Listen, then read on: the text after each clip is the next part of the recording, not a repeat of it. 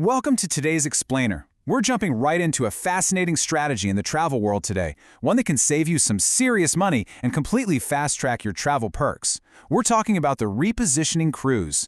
By the end of this Explainer, you're going to have the complete blueprint for taking advantage of what is arguably the travel industry's absolute best-kept secret. We're going to cover the who, what, when, where, and how this whole thing, so let's get into it. Okay, here is our roadmap for today. We'll start with the ultimate travel cheat code, look at when and where to sail, dive into mastering your travel logistics, cover maximizing the onboard experience, and finish up with some essential ocean travel hacks. Section 1. The Ultimate Travel Cheat Code, Unlocking the What and Why. Now, I want you to imagine something. What if you could cut your cruise travel costs by 40% simply by rethinking your typical vacation route? Seriously, imagine getting the exact same luxury, the exact same food, and the identical premium service, but paying nearly half the price. Sounds a little too good to be true, right? Well, it's really not. It all comes down to a very specific operational need of the cruise lines. And that brings us to the core of this whole strategy, the Repositioning Cruise.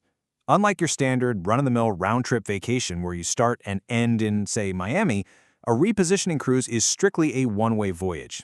You see, cruise lines literally have to relocate their multi-million-dollar ships to meet seasonal demand in entirely different parts of the world. Because these are one-way trips, and because they often feature kind of awkward itineraries with a huge number of consecutive sea days, the mainstream demand is just naturally way lower. But here's the secret.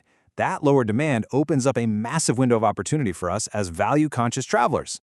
Because think about it, the cruise line needs to move that ship no matter what. So to make sure they don't sail empty, they heavily discount the fares.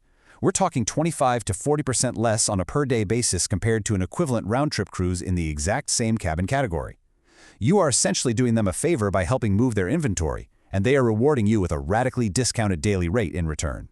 And if you're sitting there thinking this is some rare, once-in-a-blue-moon occurrence, think again. Cruise search engines are currently listing over 1,500 of these one-way repositioning cruises available for booking right now. This isn't just a fluke in the system, it is a massive, built-in feature of the global travel economy that is just waiting for you to tap into it. Moving on to Section 2. When and where to sail. Mapping the global migration. Let's look at the when and where of this global movement. So these massive floating cities basically follow very predictable seasonal migration patterns. It's all about chasing the perfect weather and the tourist demand. Take Alaska, for example. Because of the harsh winters, ships flee in the fall, typically around September and October, heading down to the warmer waters of California or Mexico. Then in the spring, they march right back up north. You see the exact same pattern in Europe, with ships fleeing the coming winter by heading straight across the ocean to the Caribbean or South America in the fall, and then turning around and returning in the spring. Even the Caribbean sees this kind of movement, as some ships actually leave during the sweltering summer months to find cooler climates.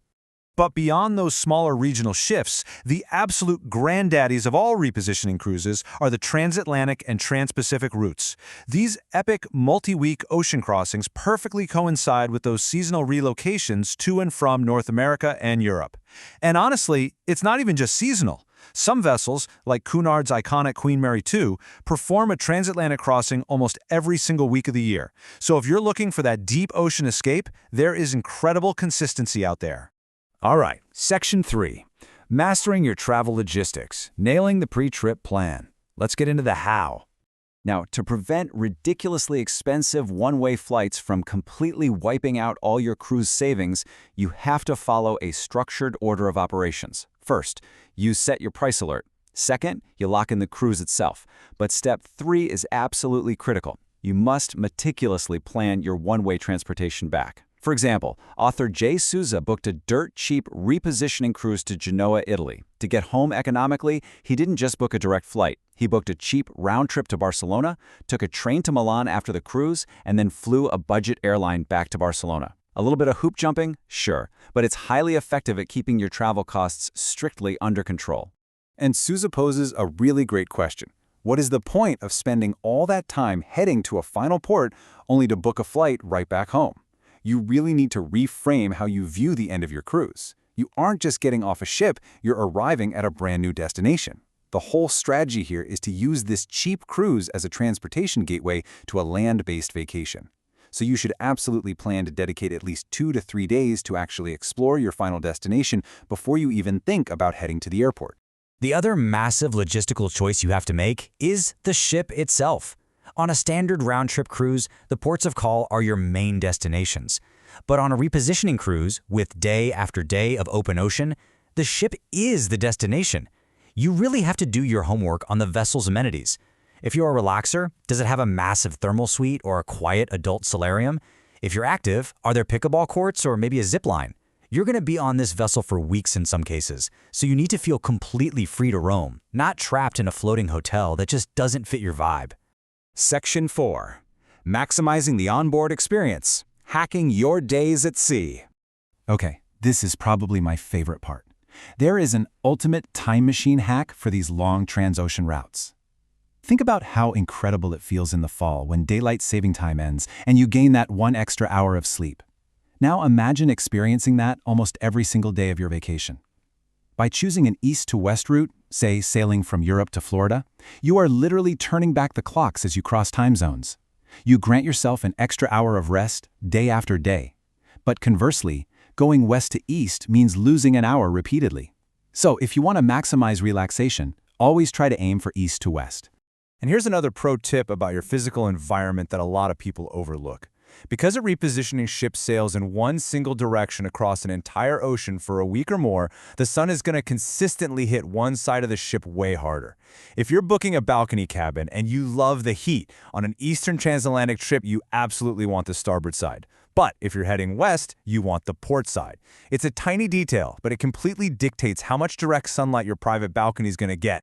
You also have to manage your physical well-being. Let's be real, you should expect open ocean movement. You aren't just hugging the calm coasts of the Bahamas anymore. You are out in the deep Atlantic or Pacific. The water will be rougher, so packing a reliable motion sickness medication is just non-negotiable. Plus, with up to 8 or 10 sea days in a row, you've got to embrace the daily cruise planner. You're going to have pent-up energy, so find outlets. Take a cooking class, join a fitness boot camp, or, save your voice for marathon karaoke sessions. Structure your sea days so you never feel bored. Bringing us to our final section, Section 5, Essential Ocean Travel Hacks, Pro Tips for the Patient. If you're patient, automate your deal hunting. Use price alert services to watch for that perfect sweet spot, letting them ping you the second prices hit rock bottom. And even if you use a travel agent, don't solely rely on them. Set your own alerts so absolutely nothing slips through the cracks. Now here's another incredible tactic, the one-day repositioning cruise. Sometimes cruise lines just need to move a ship right up the coast, like from Seattle to Vancouver. You can actually book these little sea trials for as low as $60.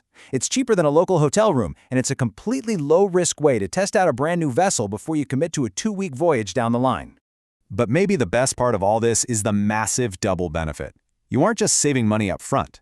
Because loyalty programs reward you based on the sheer number of nights you sail, booking a dirt-cheap 15-night repositioning cruise is literally the fastest way to skyrocket your loyalty status. You embrace the odd itinerary, you enjoy the endless sea days, and in return, you unlock top-tier perks like free drink packages, priority boarding, and specialty dining for all your future vacations. It's a win-win. Which leaves us with this final thought. You now have the full blueprint. You understand the seasons, you know exactly how to master the logistics, and you know how to hack the onboard experience to basically control time and the sun itself. The secret door is wide open for you. The only question left is, where will your very first repositioning cruise take you? Thank you so much for joining me on this explainer. I hope you use this cheat code to go out and explore the world, and I will see you next time.